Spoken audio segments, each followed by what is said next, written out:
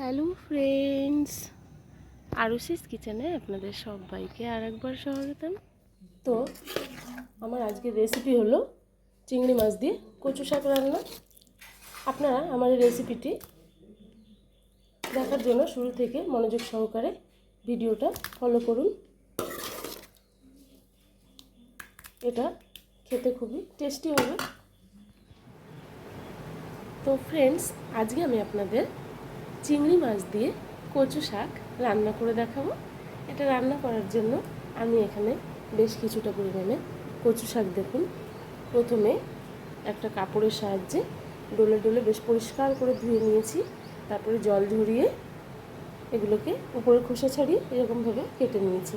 এবার আমি একটা কড়াইতে এই কচু শাকটা দিয়ে এবং একটু জল এবং নুন দিয়ে আমি প্রথমে সেদ্ধ করে নেব। তো ফ্রেন্ডস, কড়াইতে আমি প্রথমে একটু জল দিয়ে দিলাম। কড়াইটা আমি আগে থেকে গরম করে নিয়েছি এবং দিয়ে দেবো একটু নুন। আমি এখানে হাফ চামচ মতো নুন দিয়ে দিলাম। এবার আমি কচু শাকটা এর ভিতরে দিয়ে দেবো।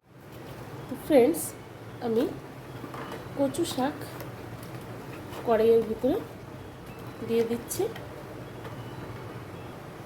এবার আমি উপর থেকে একটা ঢাকনা দিয়ে ঢেকে দেব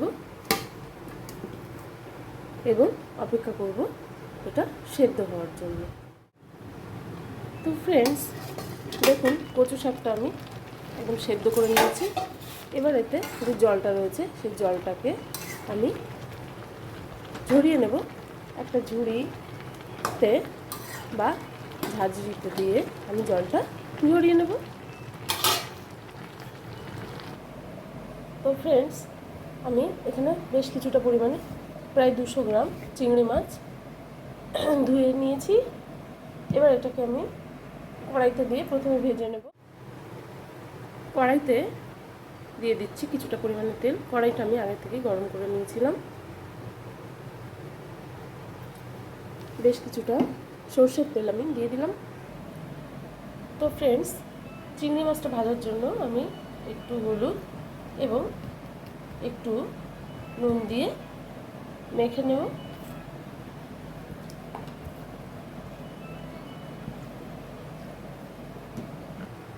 কড়াইতে আমি সরষের তেল দিয়ে গরম করে নিয়েছি। এবার ওর ভেতরে আমি চিংড়ি মাছটাকে দিয়ে দিচ্ছি।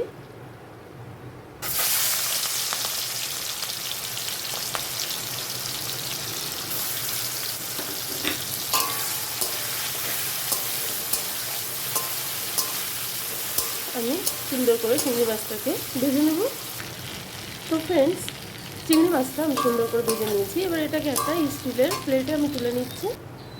আমি স্টিলের প্লেটটায় তুলে নিচ্ছি।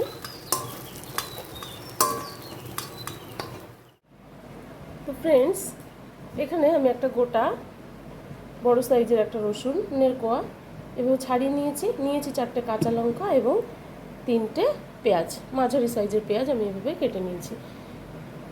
এবার এগুলো আমি ভেজে নেব তেলে। তো ফ্রেন্ডস, দেখুন কড়াইতে মাছ তুলে নেওয়ার পরে, ভাজা মাছ তোলার পরে বেশ কিছুটা পরিমাণে তেল রয়ে গেছে। এর ভিতরে তো ফ্রেন্ডস, আমি রসুনটাকে ভেজে নিয়েছি। এবার আমি কুচনো পেঁয়াজটাকে দিয়ে দিলাম।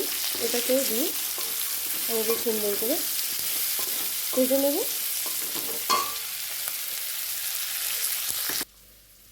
তো ফ্রেন্ডস, কচু শাক সেদ্ধ করার পরে দেখুন পরিমাণে কতটা কমে গেছে। পেঁয়াজ ভাজা হয়ে গেছে। এবার এর ভেতরে আমি দিয়ে দিচ্ছি সেদ্ধ করে রাখা কচু শাকটা। আমি কাঁচা লঙ্কা 4টে দিয়ে দিলাম। দিয়ে এবার একটু আমি নুন দিয়ে দেবো। যেহেতু চিংড়ি মাছ ভাজার সময় একটু নুন দিয়েছি এবং কচু শাক সেদ্ধ করার সময় একটু নুন দেওয়া হচ্ছে, তো সেই জন্য আমি অল্প পরিমাণে নুন এখন দিচ্ছি। আর দিয়ে দিচ্ছি একটু হলুদ গুঁড়ো। আমি হাফ চামচ মতো হলুদ গুঁড়ো দিয়ে দিলাম। দিয়ে একটু নেড়ে এটাকে আবার ঢাকা দিয়ে রান্না করব।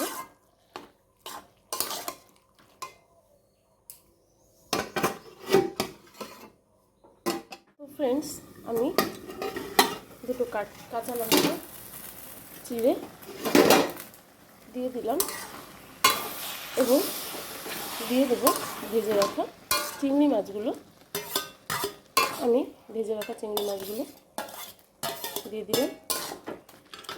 দিয়ে এবার গ্যাসের ফ্লেমটা হাইতে দিয়ে আমি কচু শাকে অনেকেই মিষ্টি দিয়ে থাকেন, কিন্তু আমি এটা মিষ্টি দেওয়ার প্রয়োজন মনে করছি না। এটা যথেষ্ট মিষ্টি, আমাদের বাড়ির শাক আমাদের পুকুর পাড়ে হয়েছে। তো এটা একদম রেডি হয়ে গেছে। এবার আমি এটা আপনাদের সামনে সার্ভ করব। তো ফ্রেন্ডস, আমার দুর্দান্ত স্বাদের কচু শাকের রেসিপিটি একদম রেডি হয়ে গেছে। এটা খেতে খুবই টেস্টি হবে। আপনারা যারা কচু শাক খেতে পছন্দ করেন তারা এভাবে বানিয়ে দেখুন, খেতে খুবই ভালো লাগে। এবং কচু শাক খুব স্বাস্থ্যসম্মত একটি রেসিপি। যাই হোক, আমার এই রান্না যদি আপনাদের ভালো লেগে থাকে তো প্লিজ লাইক কমেন্ট করবেন এবং আমার চ্যানেলটিতে যারা নতুন আছেন তারা সাবস্ক্রাইব করে দেবেন এবং আমার এই রান্নাটি বেশি বেশি করে শেয়ার করবেন। Thank you.